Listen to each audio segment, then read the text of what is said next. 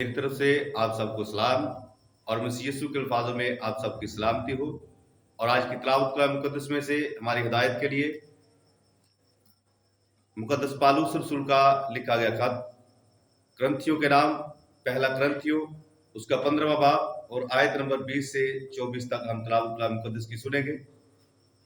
लेकिन फी अलवाक़े मसीह मुर्दों में से जी उठा है और जो सो गए हैं उनमें पहला फल हुआ, क्योंकि जब आदमी के सबब से मौत आई तो आदमी ही के सबब से मुर्दों की क़यामत भी आई।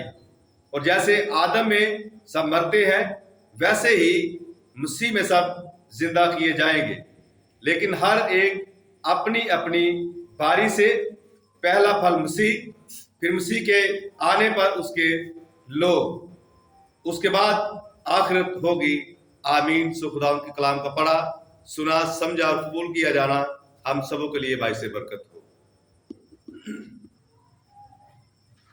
यकीनन हम आज सीखने वाले हैं कि मसीह मुर्दों में पहलौठा है।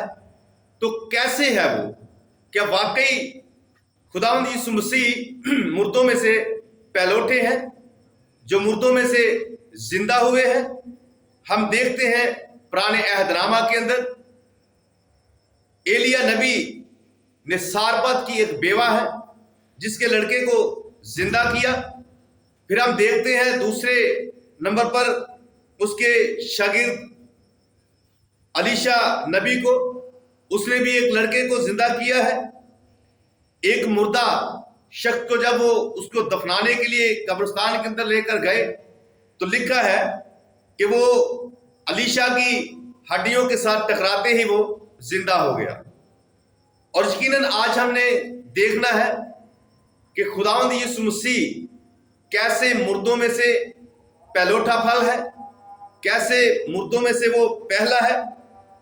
फिर खुदावंद यीशु मसीह की जब बारी आती है, पहले तो ये दो शख्सियात हैं जिन्होंने, एलिया नबी ने मुर्दे को जिंदा किया, अलीशा नबी ने मुर्दों को जिंदा किया।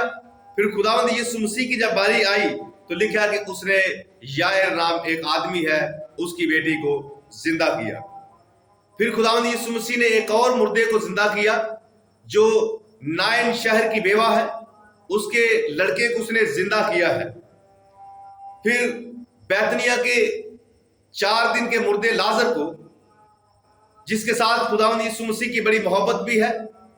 अक्सर खुदावंद यीशु मसीह उस घराने के साथ उनके अंदर आते जाते और उनके साथ बड़ी उनकी मोहब्बत थी। जब लाजर मर गया तो खुदावंद यीशु मसीह ने 4 दिन के मुर्दे लाजर को आवाज दी, लाजर निकल आ। तो लिखा है कि मुर्दा कफन समेत निकल आया। ये सब मुर्दे जितने, जो एलिया नबी ने मुर्दे को जिंदा किया, अलीशा नबी ने जिंदा किया और खुदावंद यीशु मसीह ने इनको यार की बेटी को जिंदा किया, नाइन के शहर के बेवा के बेटे को जिंदा किया और बैतनिया के लाजर को खुदावंद यीशु मसीह ने जिंदा किया। ये सारे मुर्दे जो है ये खुदावंद यीशु मसीह से पहले है। और फिर लिखा ये सब मुर्दे खुदावंद मसीह से पहले जिंदा हुए। फिर ये किस तरह कहा जा सकता है कि खुदावंद मसीह पहला फल है और जो सो गए हैं उनमें से जी उठने वालों में पहला फल है। अव्वल बेशक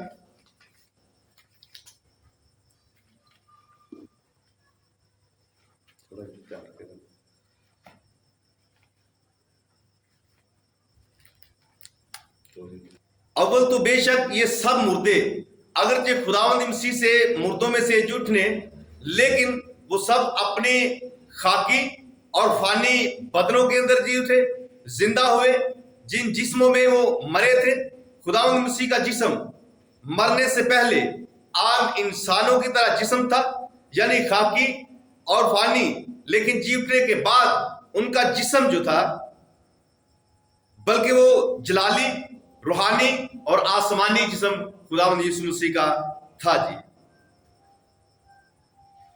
खुदावंद मसीह सब जी उठने वालों में से पहले थे, क्योंकि इस तरह कोई मुर्दा जिंदा आज तक नहीं हुआ जिस तरह खुदावंद यीशु मसीह जिंदा हुए।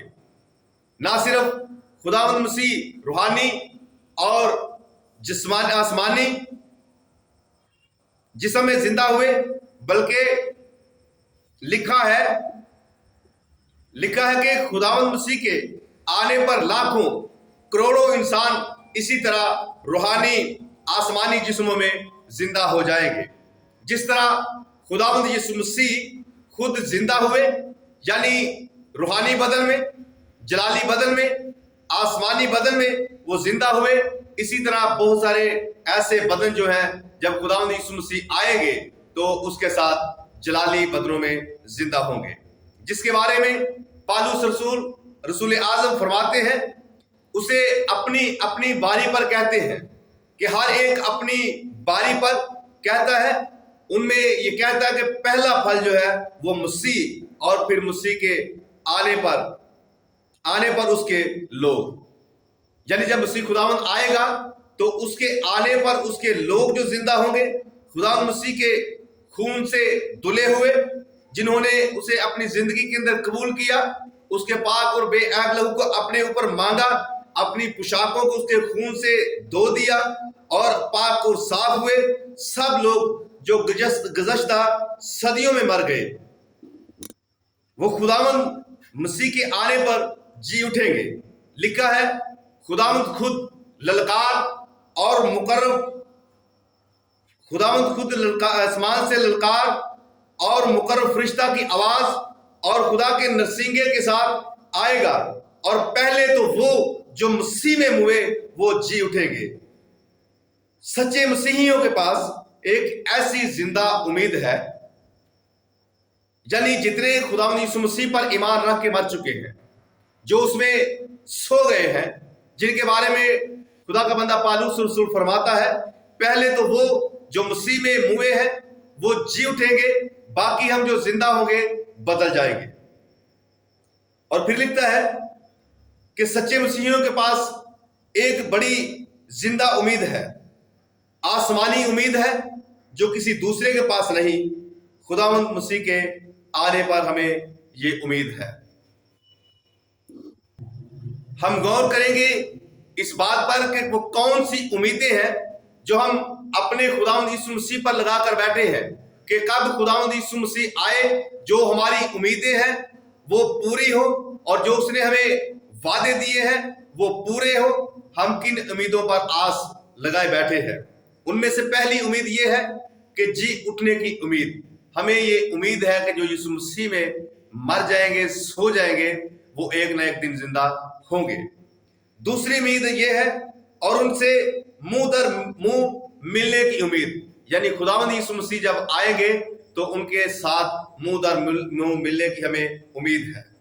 तीसरी उम्मीद ये है, और फिर उनके साथ आसमान पर जाने की उम्मीद, क्योंकि खुदावंद यीशु मसीह जब हवा के बादलों पर अपने लोगों के लिए लेने के लिए आएंगे, तो जो उस पर ईमान रख के उसमें सो गए होंगे वो आसमान पर उसके साथ जाएंगे, और उन्हें ये उम्मीद है कि खुदावंद यीशु मसीह जब आएंगे तो वो हमें भी अपने साथ आसमान पर ले जाएंगे।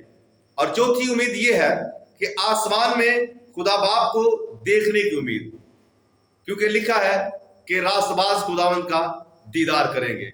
और जितने ईमानदार होंगे, जितने खुदावंद यीशु मसीह पर ईमान रख के इस दुनिया से रहलत कर गए होंगे, वही बाप को आसमान पर देखेंगे। और पांचवी उम्मीद जो है, पांचवी उम्मीद ये है, और आसमानी मुकामों में अपने रहने की उम्मीद जो खुदावंद मसीह ने पहले से हमारे लिए रहने के लिए तैयार किए हैं।